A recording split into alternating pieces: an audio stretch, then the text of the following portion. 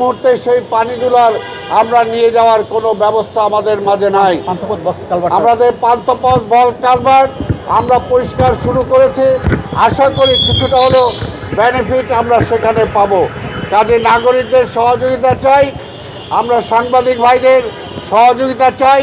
আপনারা যেমনি আমরা যে সমস্ত জায়গায় ব্যর্থ হলে সেগুলো তুলে ধরবেন, পাশাপাশি নাগরিকদেরকে অনুরোধ করবেন তারাও যাতে দায়িত্ব সচেতন হয়। কারণ একটা পলিথিন এক জায়গায় বন্ধ হয়ে গেলে সেই জায়গায় পানি নিষ্কাশন বন্ধ হয়ে যেতে পারে, সেই জায়গায় জলজট হতে পারে। কাজে একটা পলিথিন যাতে কেউ রাস্তায় না ফেলে আমরা ব্যবসায়ীদেরকে অনুরোধ করেছি, জনগণকে অনুরোধ করেছি। কিন্তু যারা রাস্তায় বসেন, হকার যারা বসেন, বারবার বলার পরও কিন্তু সেটা আমরা কার্যকর করতে পারছি না। কাজে এখন আমাদের অ্যাকশনে যাওয়া ছাড়া আর কোনো বিকল্প নাই।